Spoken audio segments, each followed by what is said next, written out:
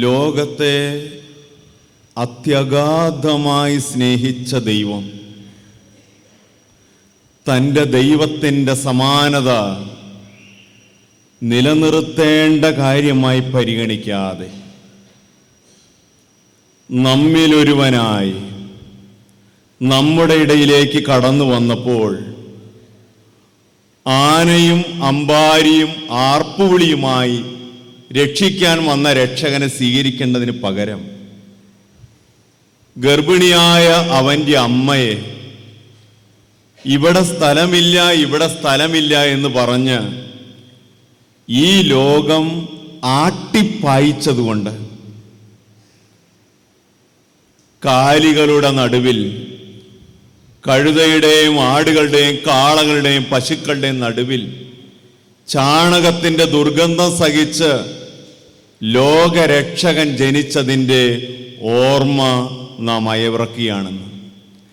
ഈ രാത്രി ലോകത്തിന് ഉറക്കമില്ല.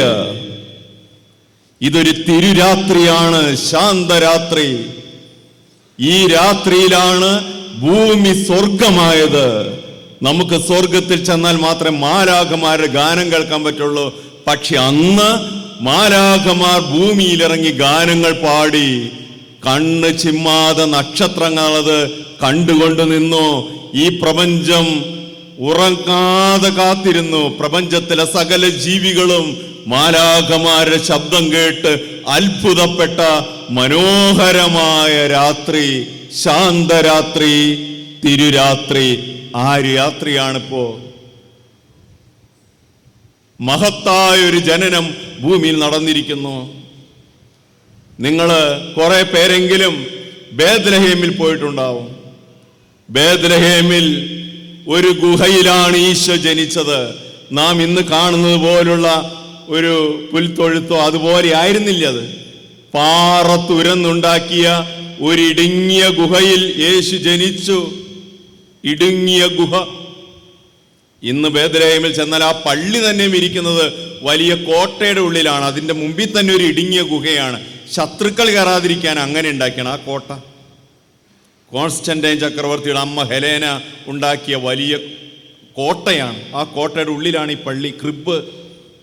പക്ഷെ അതിനുശേഷം നാം ആ പള്ളിയിലേക്ക് കടന്നു കഴിയുമ്പോൾ സൈഡിലുള്ള വാതിലൂടെ ഒരാൾക്ക് മാത്രം കഷ്ടി കടക്കാവുന്ന രീതിയിൽ ഒരു ഇടുങ്ങിയ വാതിലുണ്ട്. ആ വാതിലൂടെ തല താഴ്ത്തി നാം അകത്തേക്ക് കടക്കണം. എന്തിനാണ് അങ്ങനെ ഒരു ഗുഹയ്ക്കകത്ത് യേശു ജനിച്ചത്?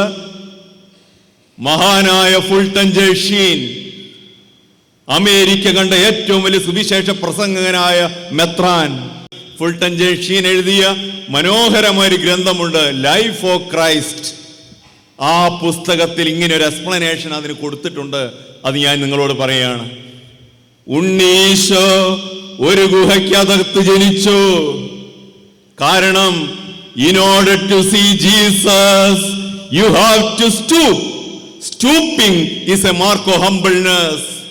Only the humble and the simple can see Jesus. മലയാളത്തിലേക്ക് പറഞ്ഞാൽ in order to see Jesus you have to stoop. യേശുവിനെ കാണാൻ നിങ്ങൾ കുനിഞ്ഞു കിടക്കണം, തല കുനിക്കണം, കുനിഞ്ഞു കിടക്കണം. Stooping is a mark of humbleness. അത് എളിമയുടെ അടയാളമാണ്.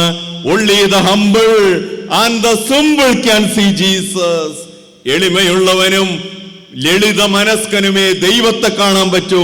അഹങ്കാരി പള്ളിക്ക് പുറത്ത് അവന് വിശ്വാസം ഉണ്ടാവുകയില്ല. നമ്മുടെ ബുദ്ധിയുടെ അഹന്ത പോകുന്നിടത്ത് നമുക്ക് കൂദാശയോട് പുച്ഛം തോന്നും, കുർബാനയോട് പുച്ഛം തോന്നും, കുമ്പസാരിക്കാൻ മടി തോന്നും, പള്ളി നമുക്ക് അന്യമാവും. ആത്മീയ അഹന്ത നാം നമ്മുടെ ബുദ്ധിയിൽ അഹങ്കരിക്കുന്ന മനുഷ്യർക്ക് ദൈവം അപ്രാപ്യനാവും. അതുകൊണ്ടാണ് 3 കൂട്ടരെയാണ് ദൈവം തന്റെ ജനനം അറിയിച്ചത്. 3 കൂട്ടരെ. അതിൽ 2 കൂട്ടർ യേശുവിനെ കണ്ടു, 1 കൂട്ടർ കണ്ടില്ല. ആരായിരുന്നു ആ 3 കൂട്ടര്? നമ്മളൊക്കെ ഈ ദിവസം കേൾക്കുന്നതാണ്. ആട്ടിടയര്. അവർ വിവരമില്ലാത്തവരായിരുന്നു, വിദ്യാഭ്യാസമില്ലാത്തവരായിരുന്നു, പാണ്ഡിത്യമില്ലായിരുന്നു. അവർക്കറിയാമായിരുന്നു ഞങ്ങൾക്കൊന്നും അറിയില്ല, ഞങ്ങൾക്കൊന്നും അറിയില്ല എന്ന് ചിന്തിച്ച ആ പാവങ്ങൾക്ക് എളിമയുണ്ടായി.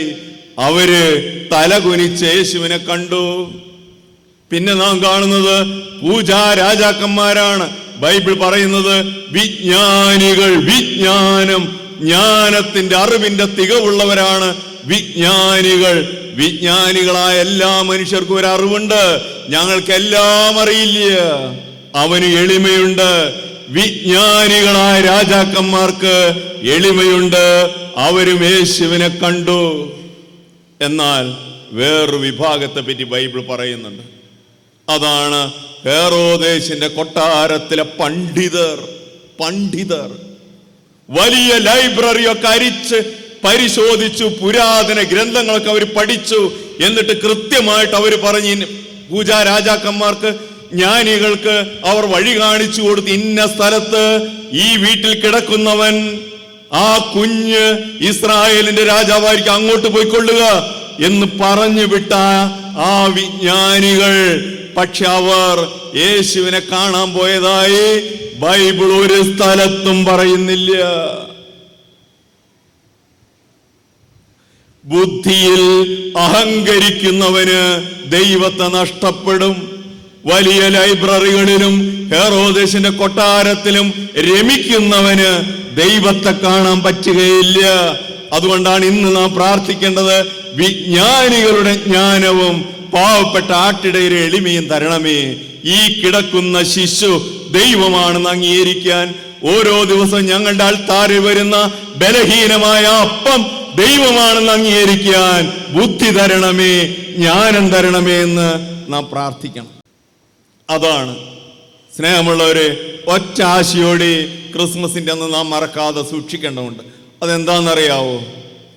ഈ യേശു മനുഷ്യാവതാരം ചെയ്ത ത്യാഗത്തിന്റെ ആഴം മനസ്സിലാകും. ഒരു സെന്റൻസ് ഞാൻ വിശദീകരിക്കണം, ഒറ്റ സെന്റൻസ് നാം മറക്കാതെ സൂക്ഷിച്ചാ നല്ലത്.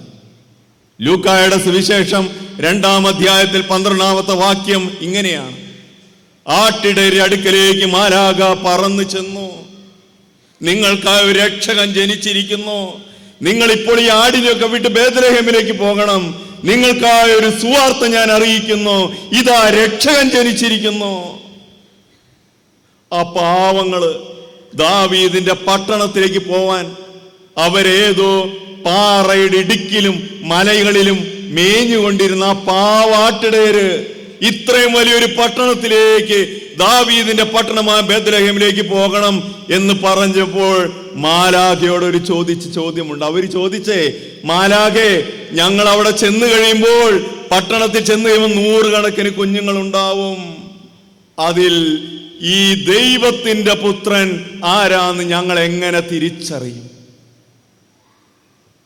ഈ കിടക്കുന്ന 1000കണക്കിന് കുഞ്ഞുങ്ങൾ ബേത്ലഹേമിൽ ജനിച്ചിട്ടില്ലേ? അതിലാരാണ് ദൈവത്തിന്റെ പുത്രൻ? ഞങ്ങൾ എങ്ങനെ തിരിച്ചറിയും? ഉടനെ മാലാഖ അവർക്കൊരടയാളം പറഞ്ഞു കൊടുത്തു. അതാ നാം മറക്കരുതാത്തത്. ആ വാക്ക് ഇങ്ങനെയാണ്: കീറത്തുണിയിൽ ചുറ്റപ്പെട്ട ഒരു ശിശുവിനെ നിങ്ങൾ കാണും. Wrapped in swaddling clothes. ആ സ്വാഡ്ലിംഗ് ക്ലോത്ത്സ് എന്ന വാക്യം പിള്ളക്കച്ചയിൽ ചുറ്റപ്പെട്ട, ആ പിള്ളക്കച്ചയുടെ ഗ്രീക്ക് വാക്ക് സ്പാഗനോൻ എന്നാണ്. സ്പാഗനോൻ എന്ന് പറഞ്ഞിട്ടുണ്ടെങ്കിൽ ദരിദ്രരായ മനുഷ്യർ വലിയ ലിനൻ തുണി കീറി അത് ചിറ്റി കൊച്ചിനെ ഉറക്കുന്ന പരിപാടിയാണത്. സ്പാഗനോൻ, കീറത്തുണി. ഇതാണ് മാലാഖ പറഞ്ഞു കൊടുത്ത അടയാളം. ആ പറഞ്ഞതിന്റെ അർത്ഥം എന്താണ്? മാലാഖയുടെ അടയാളം, മാലാഖ ആട്ടിടയരോട് പറയുകയായിരുന്നേ, ബേത്ലഹേമിൽ 1000കണക്കിന് കുഞ്ഞുങ്ങൾ ഉണ്ടാവാം, ജനിച്ചിട്ടുണ്ടാവാം, പക്ഷേ പുതയ്ക്കാൻ ഒരു പുതപ്പില്ലാതെ കീറത്തുണിയിൽ കിടക്കേണ്ട ഗതികേട് ഒരു കുട്ടിക്കേ ഉള്ളൂ. അതായിരിക്കും ദൈവം. കീറത്തുണി നിങ്ങൾക്കുള്ള അടയാളമായിരിക്കും. അതാണ് ദൈവത്തിന്റെ അടയാളം. ഒരു കുഞ്ഞിന് മാത്രമേ കീറത്തുണിയിൽ കിടക്കേണ്ട ഗതികേടുള്ളൂ, ബാക്കി എല്ലാവർക്കും പുതയ്ക്കാൻ പുതപ്പുണ്ട്. അടയാളം കൊടുത്തു. അവ പാവപ്പെട്ട ആട്ടിടയര് കീറത്തുണി അന്വേഷിച്ച് നടന്നു. ഏത് കുഞ്ഞിനെയാണ് കീറത്തുണിയിൽ ചുറ്റപ്പെട്ട് കിടക്കുന്നത്? ഇമ്മാനുവേൽ, ദൈവം നമ്മോടുകൂടെ. അതാണ് കാൽവരിയിലെ ബലി.